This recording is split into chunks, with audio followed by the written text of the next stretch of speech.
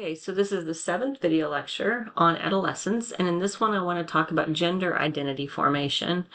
This information is changing very quickly. Once upon a time, when I would get to the topic of sex versus gender, most of the people in the room I didn't have an understanding, so I recognize that it is highly probable that you understand this stuff very well. So just so yeah, but that didn't used to be. That's a relatively that's new that people understand this stuff, and it's changing so fast that even that I studied it in school, some of the terms that are in your textbooks were not in my textbooks, and I was studying gender studies, so it's pretty incredible how things are moving. So to start with, let's make sure we understand the difference between sex and gender. Sex, and for our purposes, is referring to one's body or one's biological sex, right? So this is your primary and your secondary characteristics. 99% of people are born where their internal and their external are consistent, where they look, it's pretty obvious that they have male genitalia or female genitalia, but about 1% of people are born intra, and I see looking at this and looking at that, I have the wrong vowel in there. So that's what we would call an intrasexed individual, somebody who's somewhere in the middle. Gender refers to it's a social idea. It's about our way of being in the world, our way of expressing. So we have this concept about gender expression, and gender expression is how do I communicate to the world that I'm male or female? How do I wear my hair? What kind of clothes do I wear? Perhaps even what pronoun do I use? So am I expressing a gender? This is right? And then gender identity is the way I think about myself. So, and when all of these things line up, when my biological sex is consistent with or socially consistent with my gender identity and my gender expression, this is what we call cisgender. So I'll just out myself and I will tell you that I'm cisgender. I have female anatomy and I identify as a female, and for the most part, I express as a female. That's what we mean by cisgender. But people don't have to fall into those categories. Transgender is usually referred to people who are who are transitioning or who don't really want to fit into some sort of binary. They don't want to be one or the other. Queer theory is I'm into, like, I had friends that studied queer theory in school.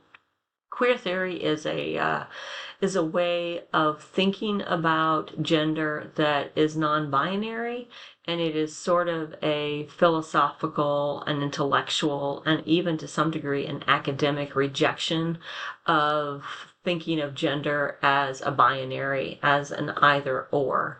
But it is a reclaiming of the term queer. So when my mother was coming of age, so let's see, my mom is 70, in the 60s, 50s and 60s, certainly into the 70s, it would have been considered derogatory to somebody to have been called queer.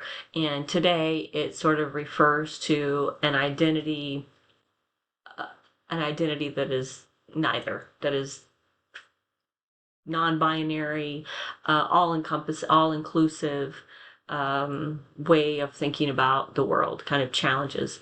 The significance of pronouns is consistent with this notion of gender identity and gender expression. When somebody is a they, it is saying that I don't want you to think of me as a he or a she, but I want to be something other than. I used to have a little mini lecture that I would say, our culture doesn't have room for a non-binary. I was like, what are we going to do? Start calling people they? And so it's, like I said, this is how fast things are moving, and that's exactly what we do. We call people they. Gender norms refers to patterns of behavior that get assigned because you're male or female. So, the classic example is a homemaker is assigned to people who identify as female. Gender socialization, this is the process of learning what your gender is. And I would make a claim, I would make an assertion that the parents today, at least my peers, there is more room for people not to be binary. So gender socialization, it could involve making space for parenting children that are neither male nor female. And that's a whole nother, we've talked probably about gender socialization in other chapters. And then gender stereotypes are those assumptions and those shortcuts, those expectations, those beliefs about people that are narrow, that we assume people are certain ways, should be and should act in certain ways based on their identified or what we perceive to be their gender identity. Okay, so now I want to shift gears a little bit and talk about sex. In this case, I'm talking about sex as an action or sex as the verb. So this slide, sex is an adjective and it describes someone's body, right? Someone's biology. In this slide, sex is a verb. It's about who one is physiologically, sexually attracted to. And this is not the same thing as gender. Like I found this little, I don't know, call a meme or whatever you call it. So gender, again, is if I think of myself as a male or female, influences how I dress, how I present myself. Sex is about who I am sexually attracted to. So in the genderbread person over here, we call it orientation.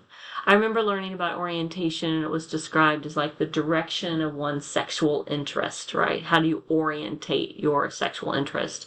In this case, it's sort of along the same lines, but this is like who you are interested in being sexual with. So orientation, much like the way one's body looks, runs along a continuum, right? You have very masculine men, less masculine men, very feminine women, less feminine women. Sexual orientation does too. It is not an either or.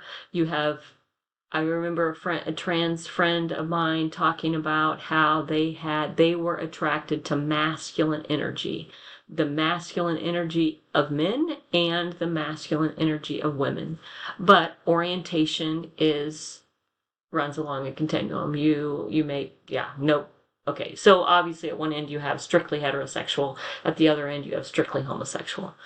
Heterosexual, the opposite, right? We all know what that is. Now, your textbook just says that the preferred reference to is same-sex attraction, and it argues, I had not read this before, but it makes total sense, that homosexuality, as people are moving away from that term because homosexuality has some historical bigotry connotations associated with it. So the preferred is same-sex attraction.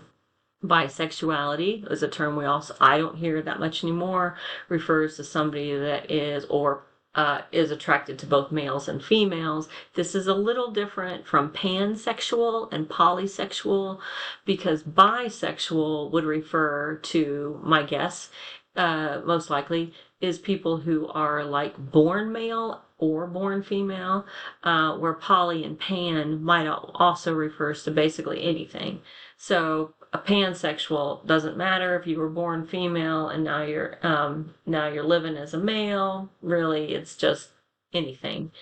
And then asexual, and I think this is really interesting too, because when I was an undergraduate, when I was in college, asexual was considered a disordered. Sexual was considered a sexual dysfunction, and now it's being acknowledged that some people don't really have sexual attraction to anybody, and this doesn't mean that they're defective. It just means they're not sexually attracted to anybody. Then there's a brief discussion in your book about what all the letters mean. LGBTQ, and I've seen more than that. So lesbian, gay, bisexual, queer, questioning. Sometimes I used to see LGBTQQIA, and that was queer, questioning, intersexed, and asexual. So this is a little bit shortened version. We have trans, queer, and plus. And LGB was that was what it was in the 90s. It was only 3.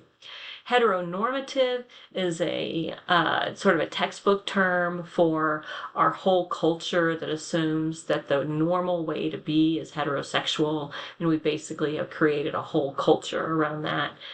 Things like commercials, advertisements, who's who's your husband, who's your right, who's your wife, the assumption that everybody is heterosexual and that is the normal way to be. Homophobia is a term associated with bigotry and bias towards same-sex people. Internalized homophobia is when cultures and organizations, oh no, institutionalized.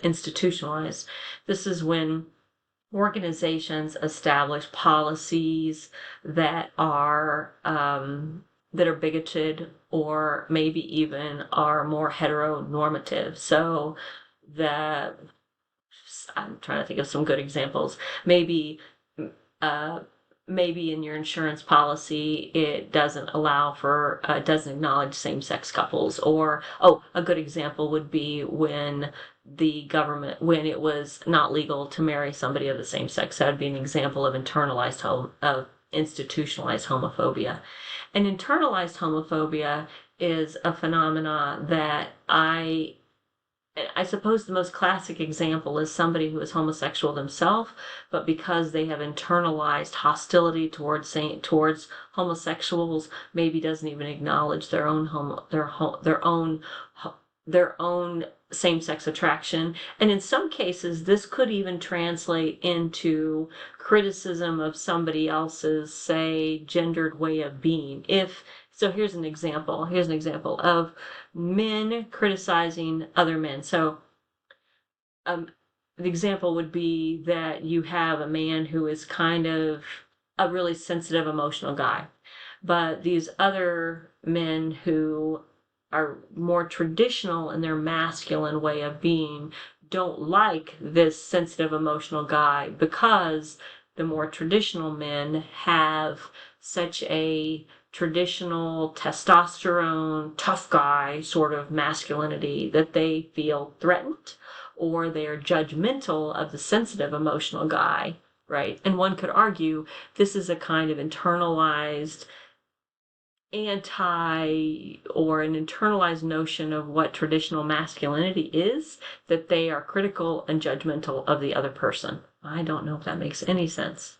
Somebody should tell me if that made any sense. I'm going to stop here because I'm at 12 minutes.